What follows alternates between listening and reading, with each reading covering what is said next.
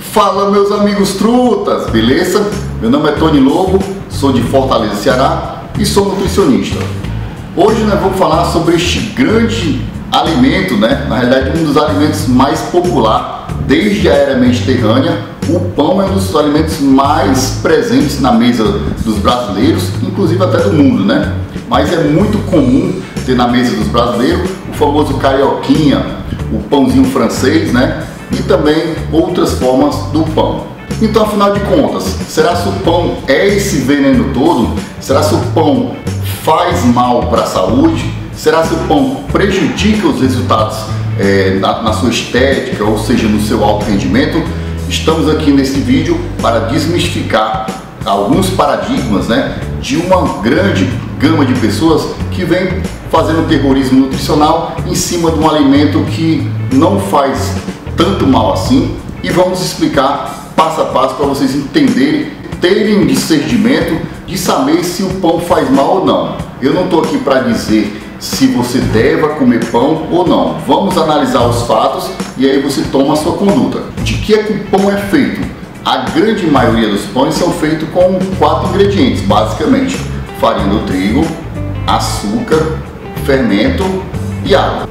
Existem outros estabilizantes, existem alguns pães que levam um pouquinho de química ou outro, mas a matéria-prima básica, geralmente a grande maioria das empresas fabricam com os elementos mais simplistas, digamos assim, principalmente o pão francês, que não tem aquele prazo de validade de prateleira. Então vamos lá. Na constituição de macros de um pão, 70% dele é composto de amido, né? Então, amido, para quem não sabe, é o que você encontra na banana, é o que você encontra na batata doce, é um carboidrato, um polissacarídeo. E 20%, mais ou menos, você encontra de açúcar. O que é açúcar? É um disacarídeo que é feito de 2 açúcares, a glicose e a frutose, ou seja, de 20%, metade da frutose. E essa metade da frutose, que dá mais ou menos em torno de 7 gramas de frutose, não chega nem a 10% das suas recomendações diárias. Então, quanto à frutose, nós descartamos aqui qualquer hipótese de malefício à saúde. Agora nós entramos numa parte bem delicada, que é onde fala sobre o glúten, né? Hoje em dia demonizam muito essa questão do glúten e eu precisaria de um vídeo inteiro para falar para vocês sobre o glúten. Mas de uma forma resumida, o glúten é uma proteína e algumas pessoas possam ter uma intolerância ou uma alergia ao glúten. Não é a grande maioria das pessoas, mas eu garanto que em uma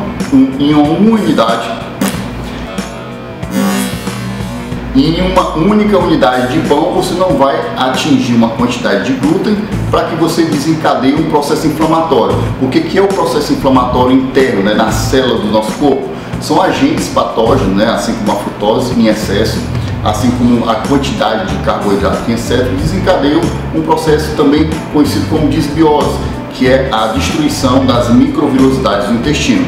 Ou seja, um pão carioquinha, falando nessas porções que eu demonstrei para vocês, não é o suficiente para ter alteração na microbiota, não é o suficiente para desencadear um potencial inflamatório no ser humano, e a quantidade de frutose também é muito baixa em relação a outros alimentos. Prestem muita atenção, eu não estou aqui para dizer que o pão é um alimento saudável. Infelizmente, hoje até o trigo já se modificou geneticamente ao longo dos anos. Então, o trigo que a gente comia há 20 anos atrás, hoje é totalmente diferente. Porém, não mudou muito as características em termos de nutrientes, né? Até porque é pobre em nutrientes, então a gente não precisa buscar no pão micronutrientes, sais minerais, porque é um alimento apenas para saciar a fome ou para gerar uma certa energia. Mas e aí, Tony, se eu comer um pãozinho, eu vou engordar? Vamos lá, outro ponto muito interessante. Um pão carioquinha, vamos colocar o pão francês como referência. Um pão francês tem 25 gramas de carboidratos, a mesma quantidade que em 100 gramas de banana. Entenderam? Você, em termos de carboidrato, vocês vão estar comendo a mesma quantidade. Então você não vai engordar porque você comeu um pãozinho ou outro. Mas alto lá, prestem muita atenção. eu jamais estou aqui para dizer que um pão em valor nutricional é melhor do que uma banana. Obviamente que uma banana é muito mais saudável e vai lhe trazer muito mais benefícios do que um pão.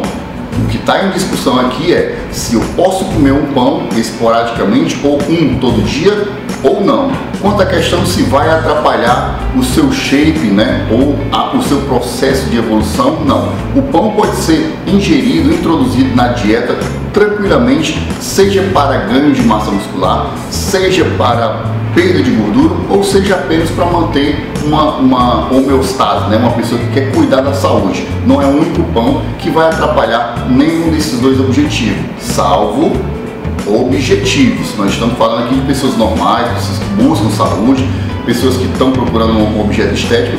Existe um outro lado da moeda sempre. Então vão ter pessoas que não possam comer o pão, vão ter pessoas que vão ter que restringir totalmente o pão, vão ter pessoas que vão ter que tirar parcialmente ou temporariamente. Então nós estamos falando aqui para uma grande gama de pessoas, então cada assunto leva a várias irradiações. Então nós estamos falando se pode comer um pão ou não. Claro, obviamente pode, mas dentro do seu planejamento alimentar, dentro do que foi calculado para você de acordo com o seu nutricionista. Então não vai atrapalhar em nenhum dos seus processos você comer pão todo dia. As únicas pessoas que eu diria exclua o pão da dieta totalmente seriam as pessoas que têm distúrbios metabólicos, seriam pessoas que têm distúrbios gastrointestinais, ou celíacos, ou diabéticos, ou outros tipos de pacientes que têm alguma intolerância ou uma rejeição àquele alimento, ou até uma patologia que necessite de uma dieta mais adequada. Fora esses tipos de pessoa, todo mundo pode comer um pãozinho na sua dieta sem problema algum. Voltando, não estou aqui para defender o pão, estou aqui para dizer que o pão não é o veneno todo que a indústria vem mostrando. O mais engraçado, sabe o que é? Que a maioria das pessoas que demonizam o pão, né, de preferência os pães integral, eles chegam no final de semana e comem de 5 a 10, 15 fatias de pizza. A pizza é feita com a massa do pão. É um carboidrato simples, ausente totalmente de fibras. E aí onde entramos em um outro paradigma de uma coisa que é muito interessante ser falado aqui também. Se você vai ingerir pão, pelo menos dê preferência aos que contenham um pouco de fibra, né? Se você tem uma condição financeira melhor, compre os pães totalmente integral, que é onde você vai lá no rótulo e tem na primeira lista de ingredientes farinha de trigo integral. Se tiver farinha de trigo enriquecida com ácido fólico, ele vai ser um pão semi-integral. Então, se você tem condição, dê preferência aos integrais total. Se você não tem condições, porque é realmente um pouco mais caro, compre pelo menos um pãozinho integral de segunda qualidade, digamos assim, que tenha na sua composição uma certa quantidade de fibras, que a fibra vai ser pouca, mas vai ser o suficiente junto com outro alimento para diminuir o pico de insulina, né, para diminuir o índice glicêmico daquele alimento. E se você acredito que dificilmente uma pessoa come um pão sem nada. Então, pão com uma manteiga ghee, ou um requeijão, uma gordura, uma proteína, ele já vai baixar o índice glicêmico, porque o índice glicêmico ele não se baseia somente no carboidrato, né? Ele tem que ser avaliado em conjunto também. Então, se um alimento é ingerido junto com uma proteína ou junto com a gordura, matou. O índice daquele alimento já vai baixar e você não vai se preocupar com essa quantidade de índice glicêmico da refeição. Então, para finalizar, todo mundo pode comer pão? Depende. Eu acredito que eu deixei bem claro aqui os públicos que podiam comer, mas se você é saudável, você não tem intolerância ou alergia, todo mundo pode comer o seu pãozinho, ou pão francês, ou pão de preferência com integral. Então, não vamos parar de demonizar certos alimentos, né? Inclusive alguns exaltam a tapioca, que tem muito mais carboidrato por porção do que um pão.